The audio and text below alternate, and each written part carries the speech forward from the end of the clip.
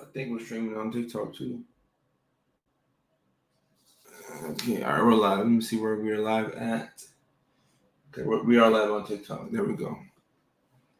Make sure we're live on Facebook. Bringing our Facebook boys and girls. Let me switch to my account. All right, perfect. We're live. Babe, can you close the door for me? Can you close the door for me, please? We're live. Perfect.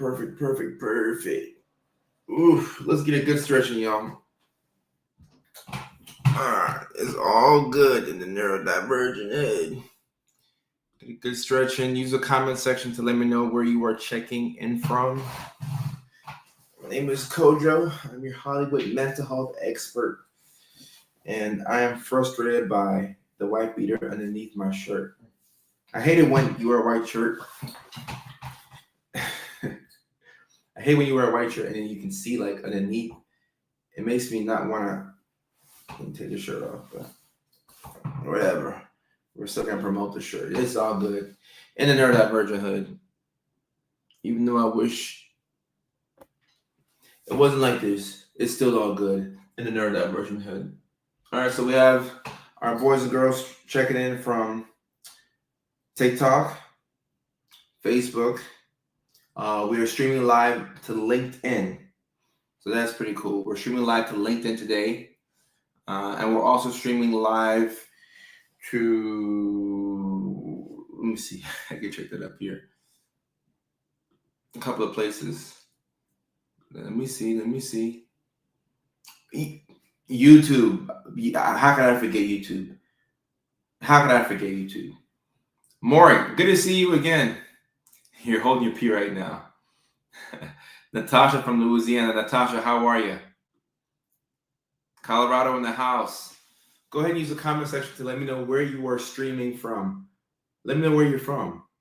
All right. I know we have some people checking in from Louisiana. We got Colorado in the house. We have California in the house. We got Washington in the house. This is a bit of a different live stream setup. So this is my classic setup, y'all. Leilani from New York. Leilani, it's good to see you. This is my classic live stream setup. When I don't live stream this way, I'm not able to see my YouTubers as well. So Morgan Avoid, it's good to see you. It's good to see all my YouTubers. And I'm able to put the comments on the screen with this live stream feature. I'm actually streaming with the old setup because the new setup wasn't working tonight. So I guess it was meant to be for me to stream with the old late night with Dr. Kojo setup. So that's what we're doing tonight. And it does feel good to see all my YouTubers. We're troubleshooting the old live stream setup, and we will fix that. We've got to fix that because I want to fix it. I've become obsessive about fixing things that have been broken, but that's neither here nor there. We'll fix that live stream setup, and we'll fix it. And Leilani, yes, I will live stream on Twitch. It's like I stopped Twitch live stream. I had so many things to do, so my streak was lost. But on Twitch, I'm a part of the Twitch program where you can stream to other platforms. So I like streaming to more than one platform at a time. Like we're live on YouTube, Facebook, TikTok, LinkedIn. So I can't live stream to Twitch unless I get out of that program. So we will figure some things. And yeah, YouTube should be sending the notifications. I don't know why they don't, but once again, it's neither here nor there. And for my TikTokers, I see we have people checking in from the UK, Bahamas, Louisiana. Okay, so my TikTokers, I can see you on my phone, but we can't see you on the live stream. We can't get your comments on the live stream. So I'll just say that. I'll just say that, but I see y'all TikTokers. I see ya. Let me pull up my list so we can talk about tonight's topic. Tonight's topic, 3 reasons why neurodivergents hold their pee in. All right. I came up with a list of 3 reasons as to why this is the case. All right. So first, let's talk about why neurodivergents do this sort of thing. Okay, but before we get to the actual nitty gritty, let's talk about what this looks like, right? So when you're holding your pee in, okay, this is not you in the restroom, literally holding your pee in, waiting to use the restroom as if there's a line there. No, this is you working on a task and doing something and knowing that you should get up and pee, but you don't want to pee for a couple of specific reasons. That's what we're talking about today. We're talking about the neurodivergent who can get up to pee, who should get up to pee, but they won't get up to pee. So nothing is impeding you from using the restroom. You can go on your own volition. You just choose not to use the restroom. And you put your bladder under pressure. Some of us don't have the strongest of bladders. I know that my bladder is not that strong, but still, day after day, night after night, I put myself under pressure. How much urine can this bladder hold?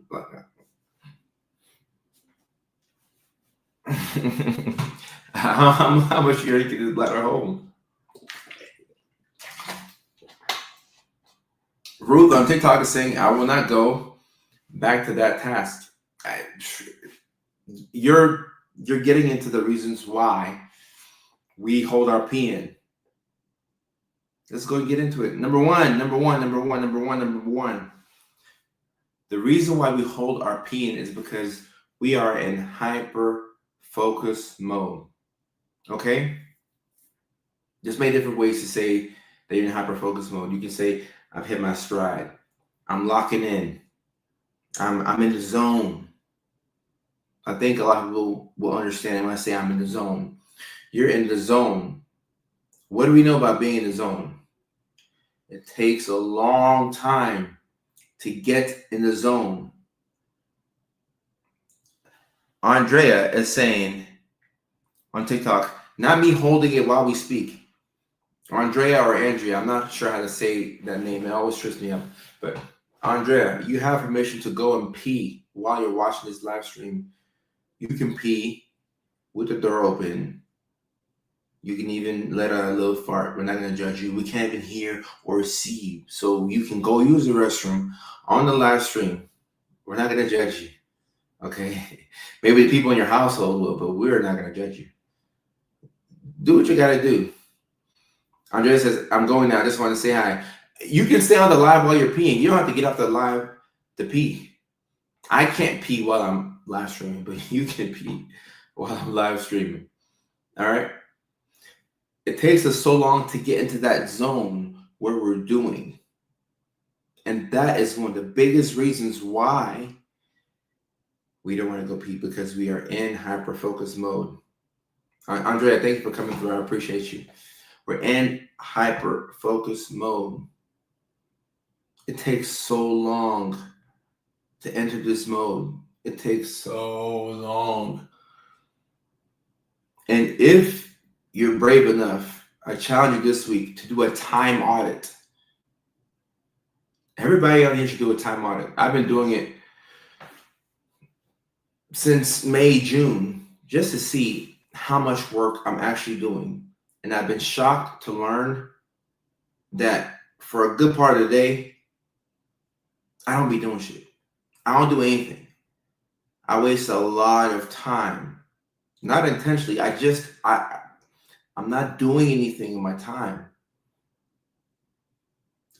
I can spend 30 minutes, an hour, hours just staring off into space, being in my own different world. If certain things didn't require me to focus or lock in, I just would forget where I'm at. Time will go by. A lot of us waste time. If you think that you're productive, do a time audit. And Alex Hormozy talks about this online, where he says set 15-minute timers. And every 15 minutes, write down what you've done. You will find out that you probably aren't doing anything. You're not doing a damn thing, but you're appearing to look productive.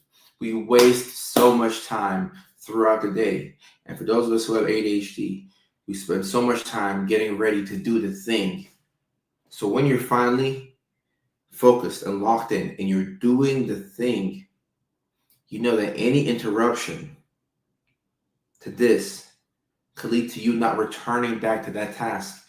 So as a result, you punish yourself or you use peeing as a reward because you know that if you get up, you may never come back.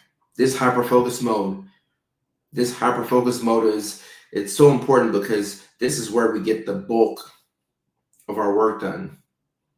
A lot of neurodivergents in this live stream get a week's worth of work done in a 3-hour block on a random Tuesday. And the rest of the week, you're goofing off.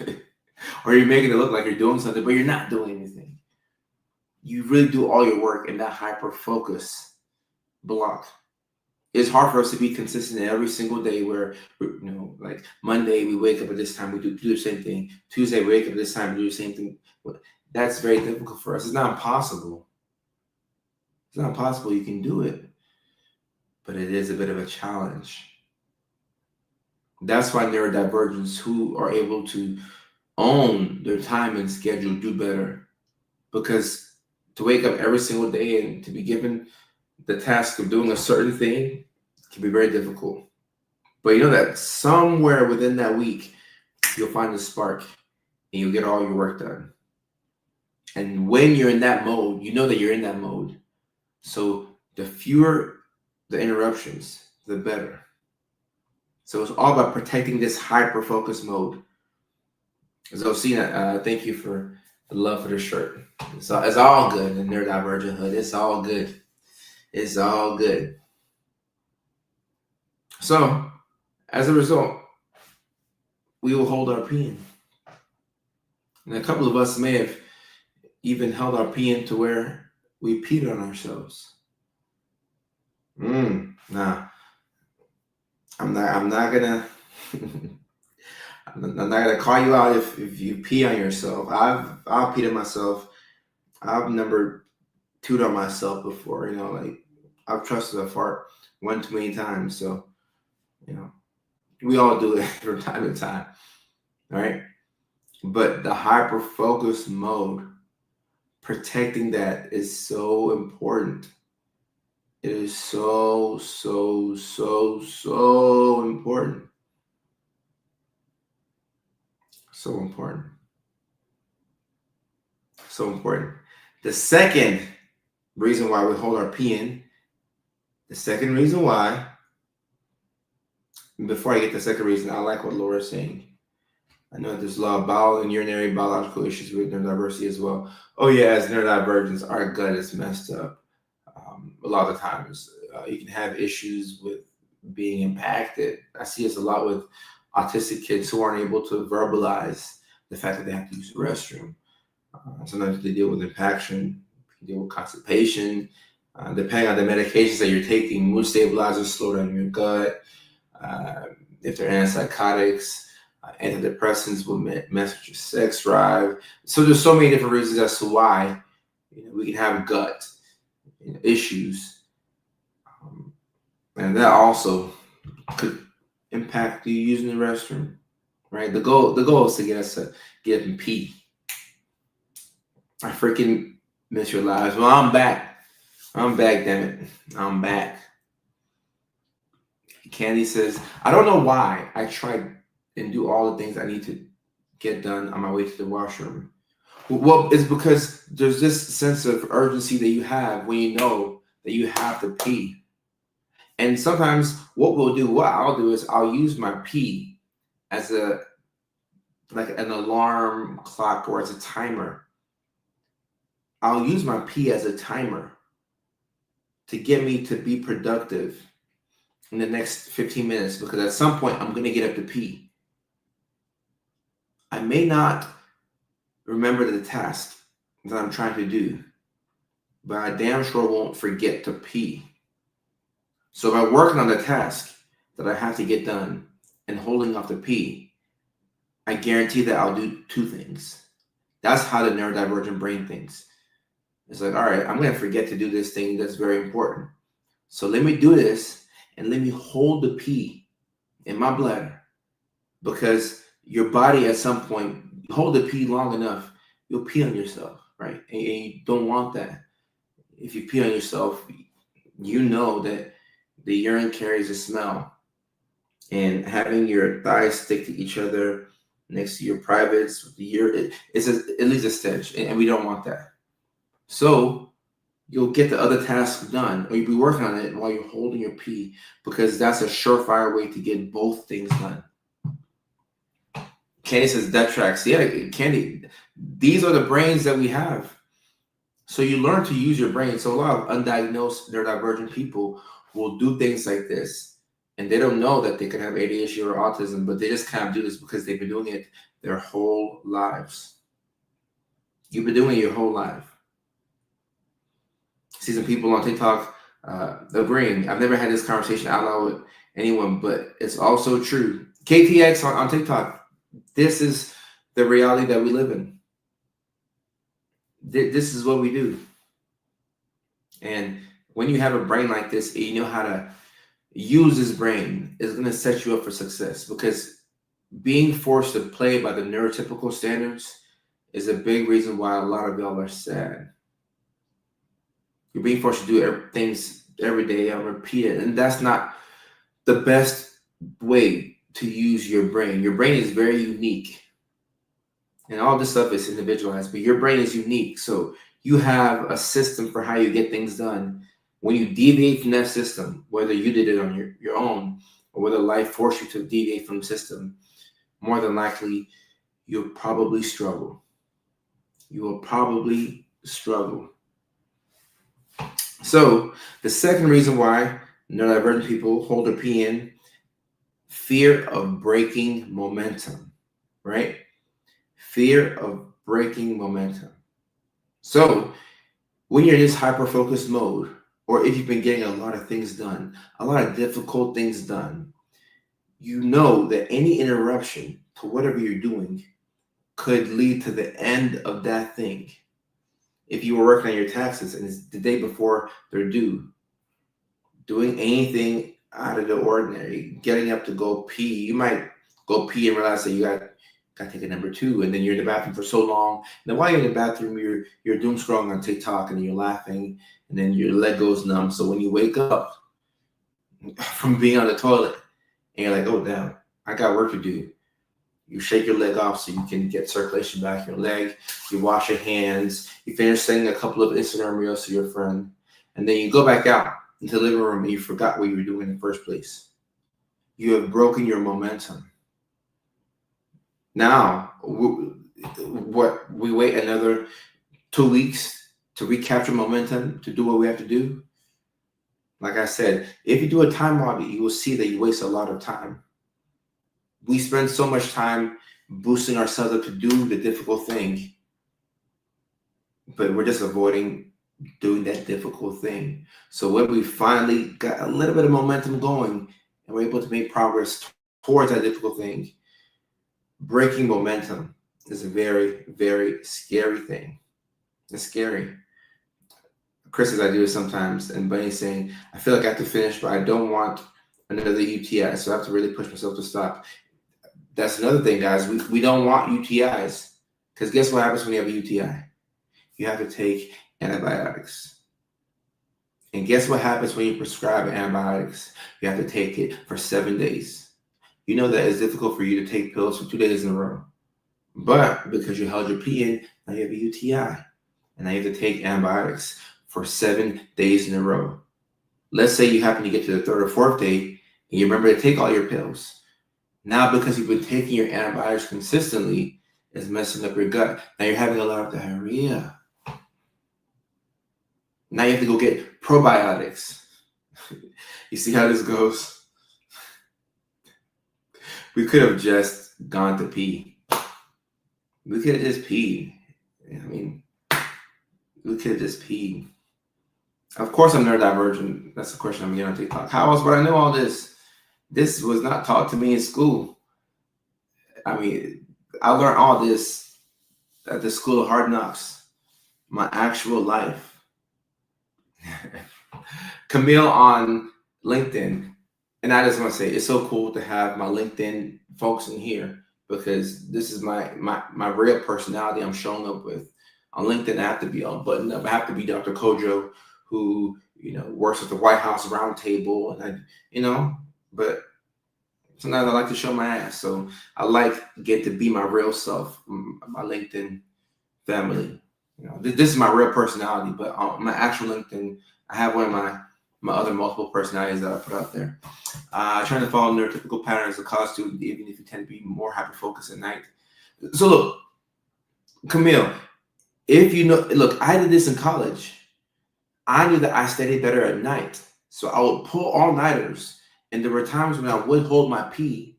I would hold my pee to help me study. But what I would do is I would do all-nighters on Friday night and Saturday night, but not Sunday night because I had school the next day. So you have to figure out what works for yourself. You got to figure out what works for yourself. And Kenny says, this has a conversation with the hubs. I can't feel it until I'm about to burst. Right. I mean, you hold it in until until your balls explode. Like it's about to burst. I know women don't have balls, but you get the point. You know what I'm trying to say. You know what I'm trying to say.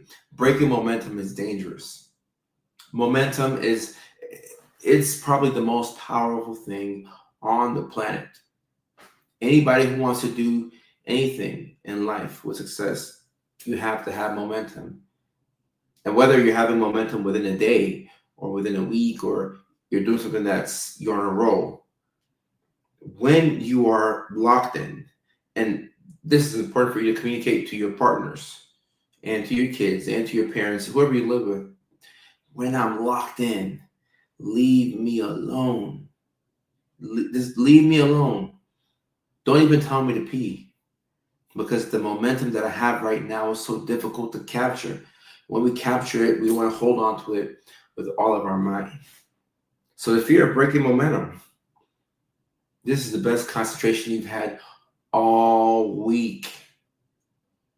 You're focusing as best as you've ever focused, and you're down to your last Adderall pill.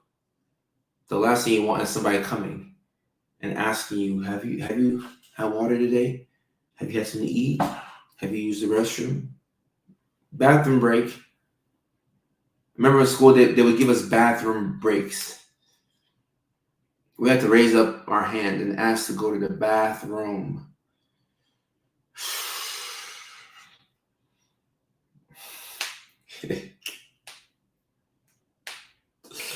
Oh my goodness. My goodness. Fear of breaking momentum. It's so hard to capture it. It is so hard to capture it. And in both literal and a figurative sense, momentum it's important. If you're working on a creative project and you have a lot of momentum, interrupting it can mess up the magic of the product. I mean, the project. If you're a creative, you know what I'm talking about. Momentum. And some of us can go pee and get right back to that thing, but you better go pee and get right back to it. Don't break the momentum. Now, Camille, this is why it's important to answer questions with the appropriate amount of context. So now, if somebody has bipolar 1 disorder, I would not recommend staying up all night and pulling all-nighters in the name of getting a better grade.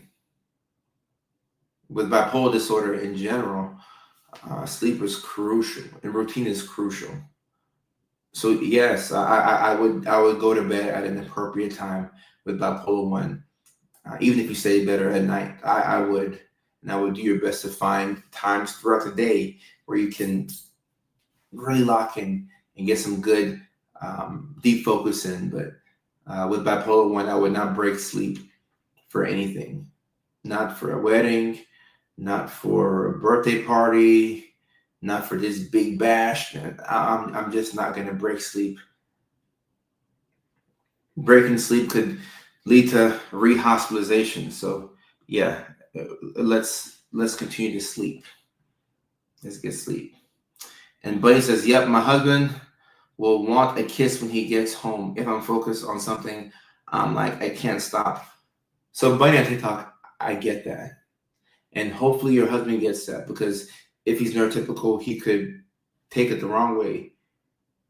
Because like as a man, like you've been out there working, fighting the world, fighting people at work, not living, but you have, all this on your shoulders. You come home and your wife doesn't want to give you a kiss. That's very annoying to the neurotypical mind. But if you're in deep focus and you gotta stay locked in, and you can explain that to him, there's a good chance that he'll back off and say, okay, she just needs to rest. That's all. She just needs to rest. She just needs to do her own thing. She needs to be in her own world. So that way she's not interrupted with her focus. Focus is important. And Laura, yes, you if you hold your pee in too much, it can come with a variety of problems. So, like, I'm not telling y'all to. I have a lot of neurodivergents in this live stream who may take things literally, but I'm not telling y'all to hold pee until you get certain key tasks. I'm just saying that sometimes we use the pee as a marker of how much progress we've made. Something that we do. All right. Number three. The third reason why neurodivergent people may hold their pee in is for sensory overload / avoidance. All right. If you are in a Zen state where it's not too loud, it's not too bright, you might be in your room by yourself and it's quiet. It's just the way you want it to be. But you have to go downstairs and pee because there's no restroom upstairs. And as you're thinking about the fact that you have to go pee, you're also thinking about the things that you have to encounter as you go pee. You don't go downstairs. People are loud. People are chewing with their mouths open. People are farting. People are loud. It's just smelly. It's just too much. Or if you're at work and you really got to go pee, but people are making small talk, you don't want to get roped into it. People are laughing at this. Somebody's microwaving their food in the microwave, and the smell of the food, you don't like it. Sensory avoidance, sensory overload. You want to pee, but you're asking yourself, at what cost? And if you've ever been in a state where you're unbothered, or you're working on something intensely, or you really have to pee, but you're almost done with a certain task and you just want to finish that first, you know that being interrupted or being thrown off, yeah, that's pretty bad. And that may be the worst thing.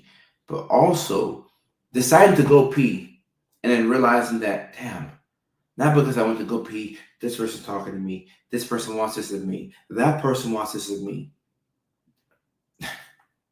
Now I have more things to do because I went to go pee, and all this happened.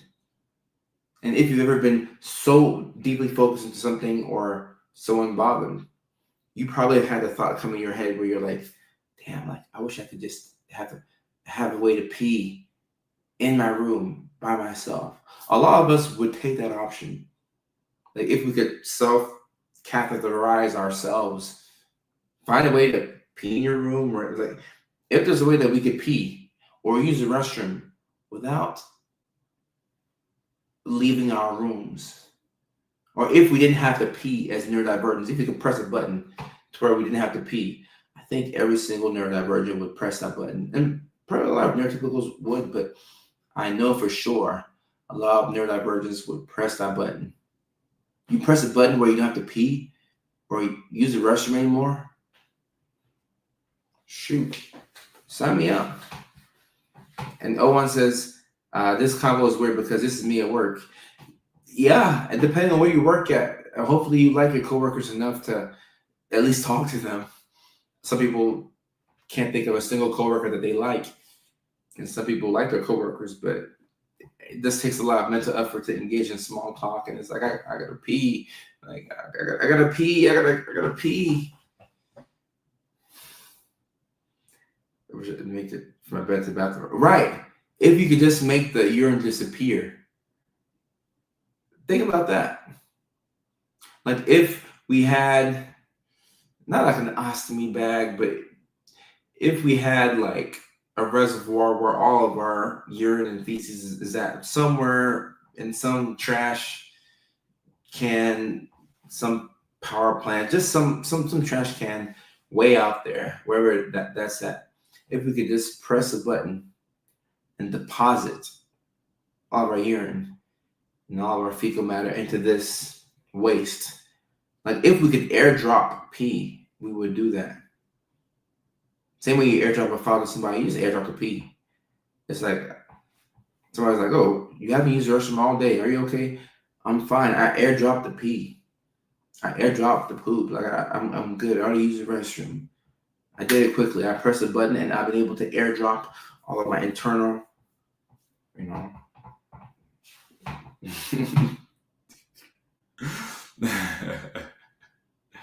I take that option. Candy, wouldn't that be nice? Airdropping the pee. What if we can appear in someone's house who you hate? Hey, that's one way to look at it. You could just have the, but that's pretty foul. You would just drop. Nah. If you have some enemies, I know that's a very enticing option for you. It's a very enticing option. Yeah, but as neurodivergents, this makes sense to us. We look for the most efficient way to get things done. We look to be not bothered, as unbothered as possible. I think a lot of people would prefer to be unbothered, but when we are bothered, it can lead to a lot of mood swings, a lot of irritability, sometimes aggression. And we know that for everybody's best interest, it's probably best for us to just be by ourselves. Not all the time, but we need some alone time. The neurodivergent who doesn't get sufficient alone time throughout the day is a very irritable person.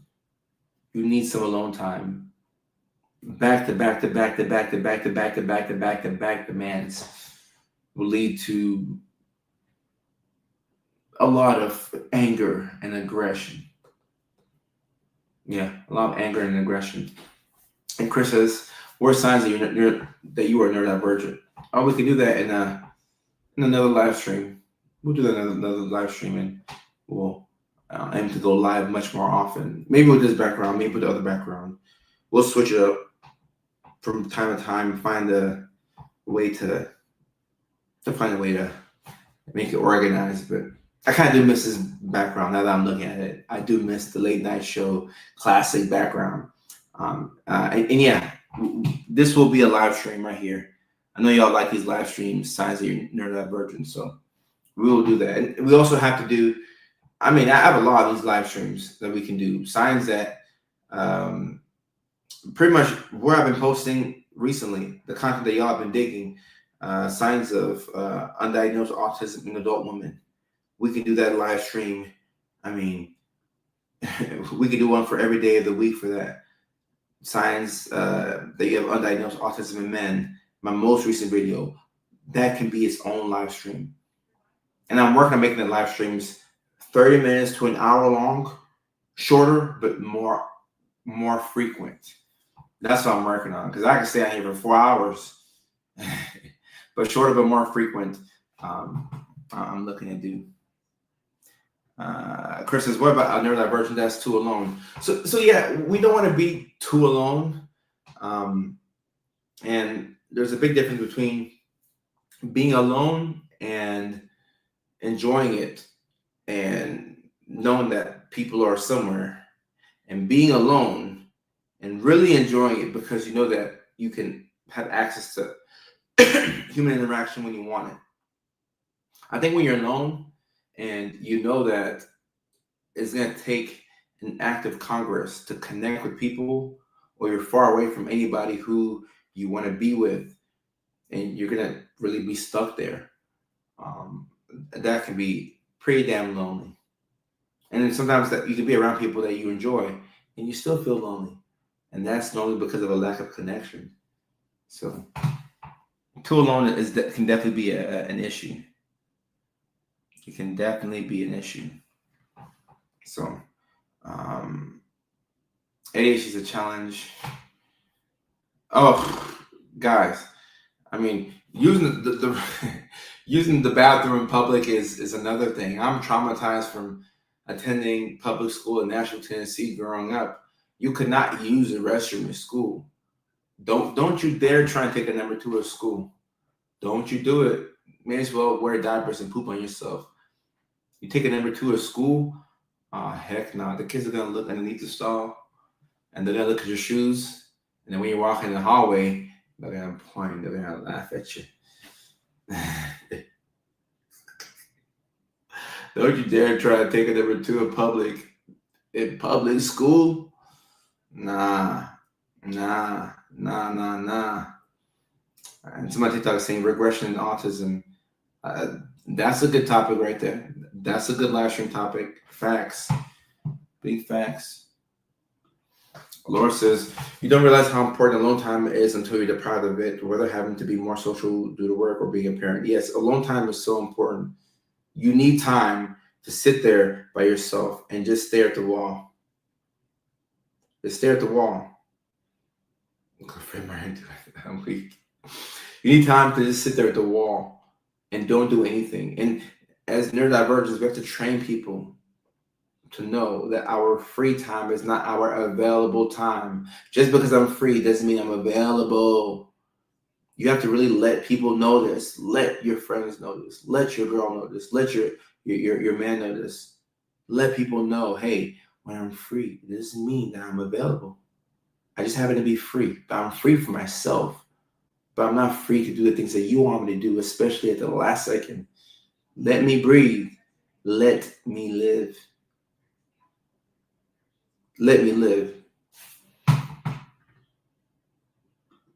My kid blew a bathroom in the purple class. Bryce, thank you so much, my guy. I appreciate you. Thank you so much for your attention. And shout out to my whole community on Facebook. I keep saying this, but shout out to my whole community on Facebook. I really appreciate y'all. About a week and a half ago, we crossed 1 billion views within the year.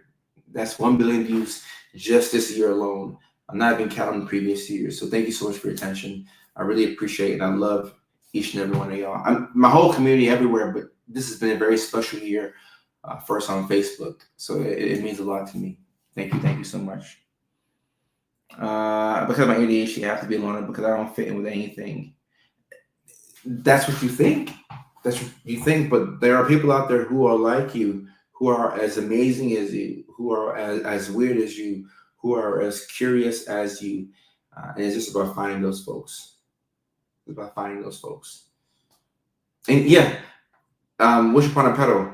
Just because you're free does not mean that you are available. It can be difficult for the people in your life to really understand. But just because I'm free, damn it don't mean that I'm available. I'm just free.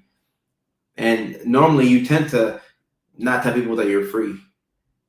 Like you tend to say, oh, I'm busy. I think I'm doing something. You know good and well you don't have a damn thing scheduled that day, but you're saying that because that's the only way you can get some time to yourself. We've all done it. We've all done it. We've all done it. How to deal with shame spiraling at work. Well, first of all, if you're dealing with shame, you're dealing with a lot of guilt, feeling bad for the things that you've done, and it turns into shame where you don't like yourself. So for all of us as neurodivergents, it's important to reframe your relationship with shame. Shame is what gets us to do, right? People don't make a change when they understand something. They make a change when they feel something. A lot of times you have to feel shame to get up and do things. So shame can be a catalyst for change, and that's fine. That's good, right? Whatever it takes for us to start something, we will take that. But reframing your relationship with shame to where it doesn't impact your identity, I think that would be very important for all of us as neurodivergents. How can I stop talking over people? Read their lips as they're talking, and that can be helpful. Candy facts. I'm a free bird. I'm a free bird. If you are neurodivergent and you're a free bird, like me, it behooves you to have the people in your life know that you are a free bird. I'm a free bird. Don't try and change me. I will leave you before I leave myself. I'm a free bird. I'm a free bird. I'm as free as a bird could be. Don't change me. I'm a free bird. And when people in your life know this, they'll have to accept you as a free bird, or they'll try and change you, and you'll put those boundaries up and say, hey, I'm sorry. I'm not going to do this. I'm not going to conform to this. This is not who I am. And Laura, I like the fact that these live streams have been working for you. I am looking at switching up to different times and making sure that I can go live for my UK boys and girls a little earlier today. But these live streams work better for me. But we're always trying different things. Even the KS Codosopher logo at the top right, I feel like with this background, we may have to make it black so people can clearly see it. I'm a stickler over like the small little things. So I'm like, oh, I want that to look better. I want that to look better. It's a perfectionism in me. Free bird, right, Bunny, right. I'm a free bird, damn it. I think it's ADHD, but what to do with the need of constant reassurance? Let me ask this question, and then I gotta get on a late night meeting. As an entrepreneur, the day never ends. The day never ends. Somebody asks on TikTok what to do about the constant need for reassurance. So if you constantly need reassurance, you put yourself in a tough spot, because it means you have to feel a certain way in order to sometimes be okay, to be good. And reassurance is something that we all need. We need reassurance in the form of compliments, in the form of statements that are affirming, in the form of friendship and companionship and relationships, yes. But if you are in any type of interpersonal relationship with somebody and they know that you need reassurance, then they have power over you, because they can withhold reassurance, they can withhold compliments, they can withhold certain things with the intention of getting a certain reaction out of you, and they will get that reaction out of you because you need reassurance to feel okay. And the majority of us can't survive in the state of uncertainty, let alone thrive. It's very difficult. You have to rig your nervous system to be okay with dealing with uncertainty, right? Not knowing when the next compliment or the next paycheck or when the next thing is going to come. But the way you would deal with needing reassurance from people is learning how to reassure yourself, learning how to become your own biggest fan, learning how to self-regulate and tell yourself that you're okay in the moment, tell yourself that you're good, and also make sure that you're safe. Because if you're trying to reassure yourself and your environment is crappy, there's no affirmation, there's no chant that you can say or do or cross your legs Indian style that would make you feel better. So if your environment is unsafe, then yes, you would have to address things like that before any type of self-reassurance would work. But this is you dealing with yourself. You dealing with yourself. You learn to love yourself. You learn to put yourself first. Putting yourself first doesn't mean putting other people last. It does mean putting them second, third, and fourth, which is not a crime. But if you get all of your self-esteem from helping other people and you've built your identity into that, then helping yourself feels like a very foreign concept. So, great question. Great question. Great question.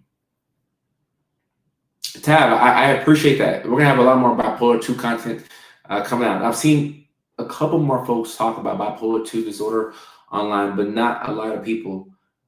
And the unaliving rates are higher in bipolar 2 than they are in bipolar 1. So we're not going to get into like, oh, which one's worse or who needs more awareness. Everybody needs awareness, but bipolar 2 is not talked about nearly enough. Nearly enough.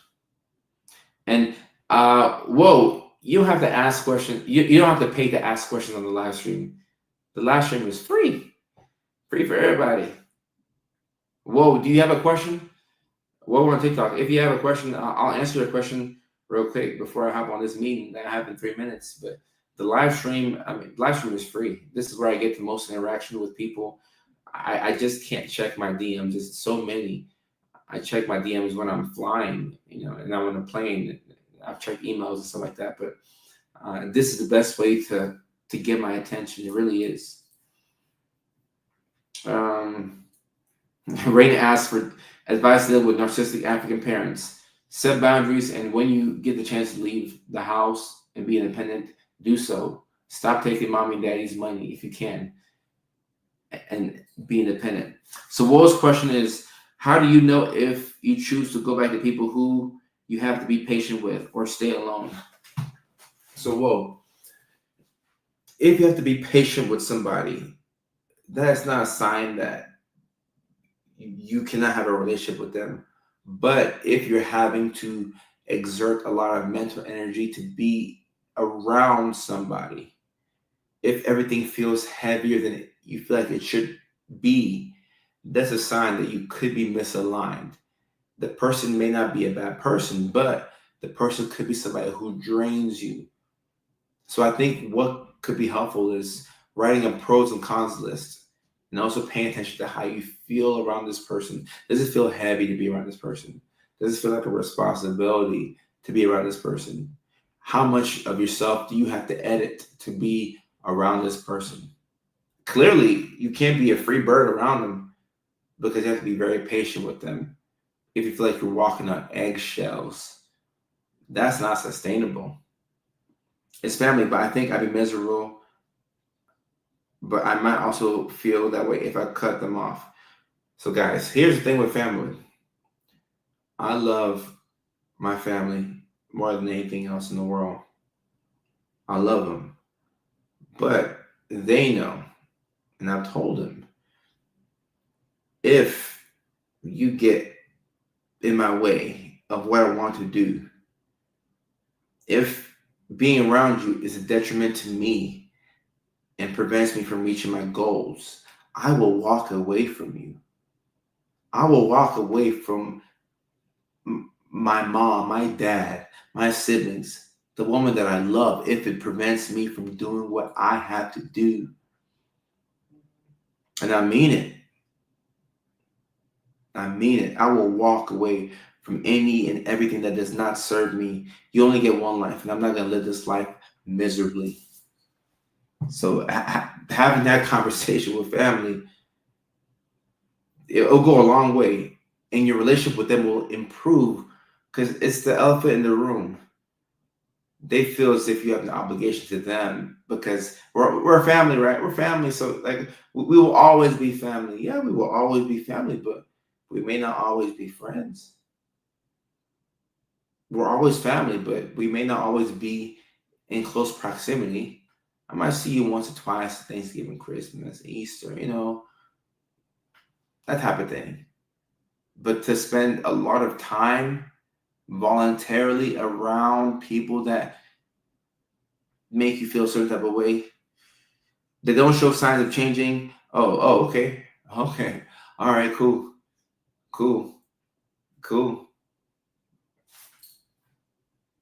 I'm out. I'm not saying cut off your family, but you can spend less time with family that makes you feel a certain type of way. You don't have to cut them off. You ain't gotta cut them off, but you can spend less time with them. Do not let family, guys. And I'm the right person to ask, because I have been in situations where I've let family, do certain things to me, or I've let a girl that I was dating or a best friend talk a certain type of way to me, or just because, that's the homie, man. That's the homie. That's my girl. That's my auntie. That's my mom. That's my brother. No ma'am, no ham, no turkey. I'm not doing that. I don't care. I really don't care. I don't care. And when you get to that point where you really don't care, that's when family starts to respect your boundaries. It's so sad. You have to get to the point where you don't care. And then all of a sudden, now everybody wants to play nice. But when you care deeply, you can change your behavior. Think about all the times in life that you knew you should have done something, but you still didn't do it, or you felt like you couldn't do it. Think about how long it took you to change. Now, how long do you think your family members will change? How much time do you think they need? It could take forever. It could take 12 years for them to do the thing that you want them to do. So we can wait 12 years, or we can wait a lifetime. Or we can take the power into our hands and say, I'm good. I'm good. And not wanting something is just as good as having it. Keep that in mind. I heard that quote by Naval Ravikant. Changed my life. Not having something is just as good as having it. We no longer have the desire for something. I'm good. I'm Gucci. Oh, this person is somebody I love, but I no longer want this relationship with this person because of how it's affecting me. No, we can be cordial, but I'm no longer putting all my effort and time and desire. Not wanting something is just as good as having it. So how about we want less things, and the things that we want, we focus on wanting better things that actually help us out.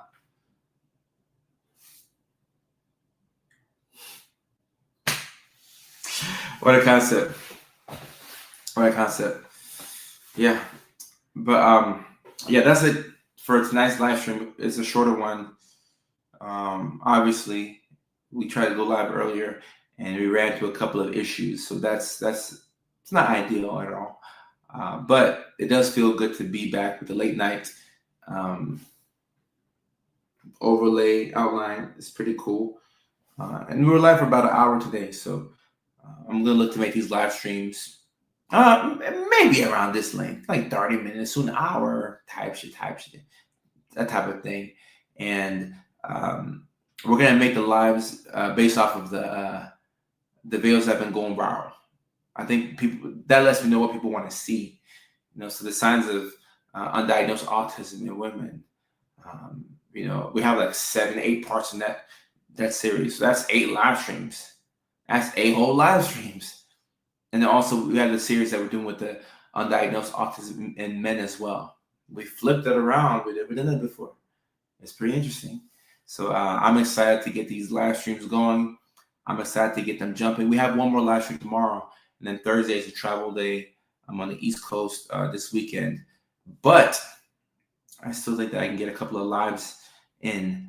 So I'll be looking to do that in New York later on this week.